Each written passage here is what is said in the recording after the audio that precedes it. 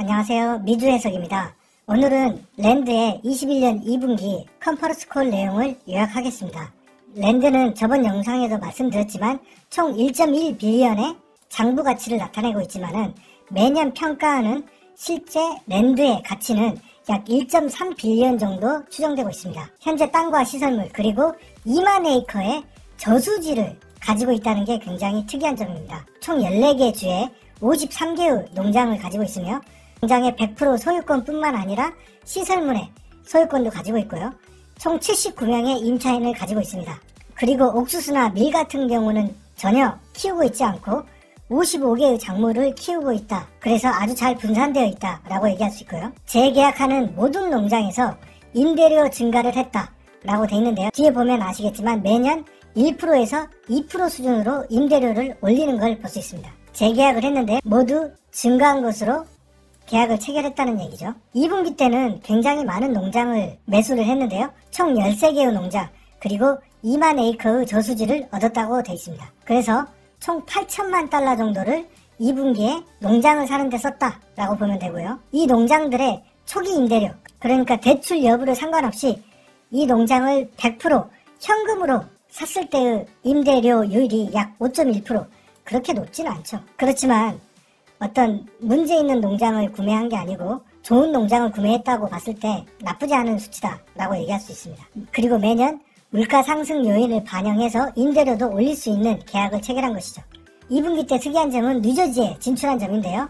이 뉴저지가 미국에서는 가든 스테이트, 그러니까 농수산물들이 많이 생산되는 주다, 뭐 그런 뜻이겠죠. 그래서 앞으로 랜드의 성장성도 가팔라질 수 있다라고 얘기합니다. 그리고 아까 말씀드린 이 저수지, 물장사도 새로이 도전한다라고 돼 있는데 뒤에 보시면 이 물에 대한 내용이 좀 나오는데요. 어찌됐건 이 물을 굉장한 양의 저수지를 확보해서 우리 보유하고 있는 농장의 안정성을 증가시키고 또 이 물을 판매함으로써 현금 흐름을 창출할 수 있다는 내용입니다. 올해 남미하고 북미에서 가뭄 때문에 굉장히 옥수수나 밀 이런 것들이 굉장히 증가했죠. 선물값이. 물론 인플레이션 영향도 있었지만은 남미, 브라질, 아르헨티나의 가뭄 때문에 곡물 가격이 상승했는데 지금 랜드가 가지고 있는 농장은 그런 문제가 전혀 없었다라고 좀 자랑을 하는 것 같고요. 이번에 재계약 갱신된 농장들이 전체적으로 10% 넘게 임대료를 올렸다라고 돼 있는데 이거를 고지고대로 받아들이면 안 되고 보통 랜드가 계약하는 게 최소 5년에서 길게는 7년까지 이렇게 계약을 하기 때문에 어떻습니까? 실제로 매년 에스컬레이션은 약 1에서 2% 정도 나타나고 있는 것이죠. 그렇기 때문에 임대료가 매년 1%에서 2%씩 올라간다라고 보면 될 것 같습니다. 뉴스에도 나왔는데 북미 서부에서 굉장한 가뭄이 있었는데 우리는 올해도 그렇고 내년에도 많은 문제가 없다는 것이 지하수를 많이 판 우물들이 있다라는 얘기죠. 그런 농장들을 랜드가 사고 있다. 이렇게 해석하면 될 것 같습니다.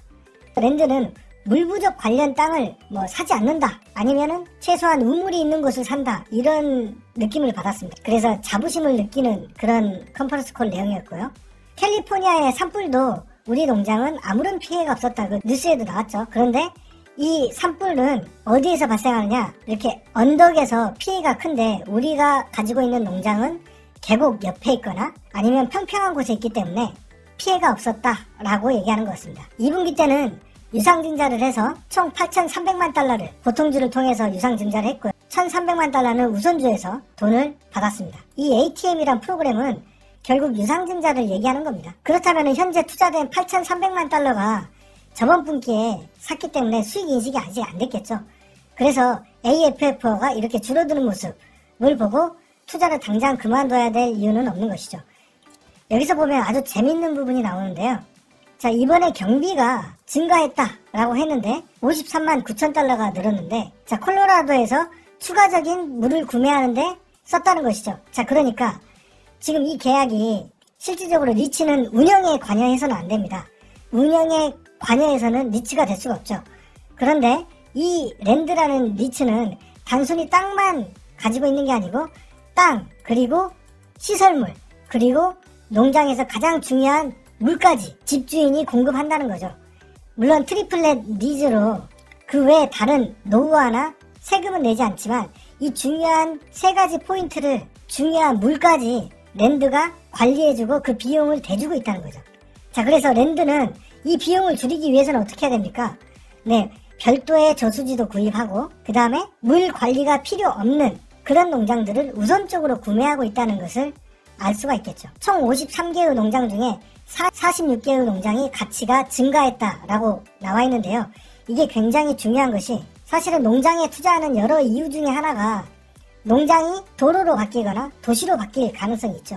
그럴 때, 즉 도심지하고 가깝거나 교통에서 위치가 좋을 때 농장의 형질이 변경될 때 굉장히 가치가 증가되고 보상을 많이 받을 수 있기 때문에 이런 평가를 매해 하는 것입니다. 그래서 어느 순간 랜드의 그 땅의 가치가 급등하는 경우가 생기죠. 자, 이렇게 많은 농장을 소유하고 다양한 주에 소유를 하고 있기 때문에 어떤 이런 이벤트가 발생할 가능성도 상당히 있을 수 있죠. 그리고 랜드에서 굉장히 마음에 드는 부분이 있었는데요. 이 픽스드 레이트, 그러니까 고정금리로 대출을 받았는데 랜드 대출 비중이 굉장히 높았는데 99%가 고정이율로 대출했고 평균 이자율은 3.38%밖에 안 됐습니다. 굉장히 저리로 대출을 받았고 만기는 9년까지 되어 있는 것이죠. 회사가 지금의 저금리 시대에 굉장히 운영을 잘하고 있다, 이렇게 보여지는 부분이 있고, 그러나 지금 현재 주가가 굉장히 높아서 배당 이율이 2%대이기 때문에 대출을 받는 것보다 유상증자가 훨씬 더 회사 입장에서는 유리하겠죠. 2%의 배당을 줄래? 3.3%의 이자를 줄래? 라고 했을 때 2%의 배당을 늘려주는 게 훨씬 이득이겠죠. 그래서 유상증자를 하는 것이고요. 앞으로 금리가 계속 올라갈 예정이기 때문에 랜드 사장은 더 이상 대출을 하지 않겠다, 그렇게 얘기하고 있습니다. 땅의 구성을 보면 약 40%가 오르가닉 제품입니다. 자, 40%가 오르가닉 제품이다. 농약을 치지 않는다든가 혹은 유기농 인정을 받은 농약만 치고 있다는 것이죠. 그리고 95%가 난 GMO 식물만 심는다라고 되어 있기 때문에 옥수수는 절대 안 하겠죠. 자, 그렇기 때문에 이 랜드에 투자하는 가장 큰 이유는 어떻습니까? 인플레이션 해지가 되는 것이죠. 이 랜드의 비즈니스는 완벽하게 인플레이션에 해지되는 상품이다 라고 자기 스스로 얘기하고 있습니다. 농장에 투자하는데 옥수수나 밀 등에 투자하는 리츠도 있죠. 그런 리츠는 변동성이 너무 크다는 것이죠. 그래서 랜드가 좋다는 것인데, 이 옥수수나 밀은 세계적인 국제 시세에 따라서 가격이 변동되고, 특히나 인건비가 싼 아르헨티나, 브라질 이런 남미 국가들과 경쟁하기 때문에 대규모 기후 이상이나 어떤 선물 가격이 추락했을 때 이것을 감당할 수 없겠죠. 그래서 랜드는 딸기나 땅콩 그리고 오르가닉 제품 이런 것들만 생산하고, 이런 제품은 해외에 팔릴 수가 없겠죠. 자, 미국 내에서만 소비되는 그런 제품이기 때문에 완벽하게 인플레이션 해지를 할 수 있다라고 얘기하는 것입니다. 마지막으로 토탈 리턴을 랜드와 S&P 500, 최근에 각광을 받고 있는 스태그, 그리고 리얼티 인컴, 이 4개 주식의 토탈 리턴을 비교를 해봤는데요. 역시 최근에 인플레이션 우려가 발생하면서 랜드 주식이 상당히 올라가는 모습 볼 수가 있고요. 그 다음에 S&P 500의 퍼포먼스를 넘어서고 있고, 최근에는 리얼티 인컴이 굉장히 주가가 떨어지고 있네요. 이 리얼티 인컴은 결국에는 상업용 니치이기 때문에 이 언택트 시대의 흐름에 약간 퍼포먼스가 떨어지고 있음을 볼 수가 있습니다. 네, 제가 준비한 영상은 여기까지고요. 랜드의 주가가 최근에 많이 올랐기 때문에 어떻게 보면 투자하기에 좋은 시점이라고 보기는 어려운 것 같습니다. 하지만 지속적인 하이퍼 인플레이션이 온다라고 했을 때 어느 정도의 비중으로 투자하는 건 어떤가 싶습니다. 벌써 구독자가 20분이 넘었습니다. 너무 감사드리고요. 앞으로 좋은 정보 계속해서 제공해 드리도록 하겠습니다. 감사합니다.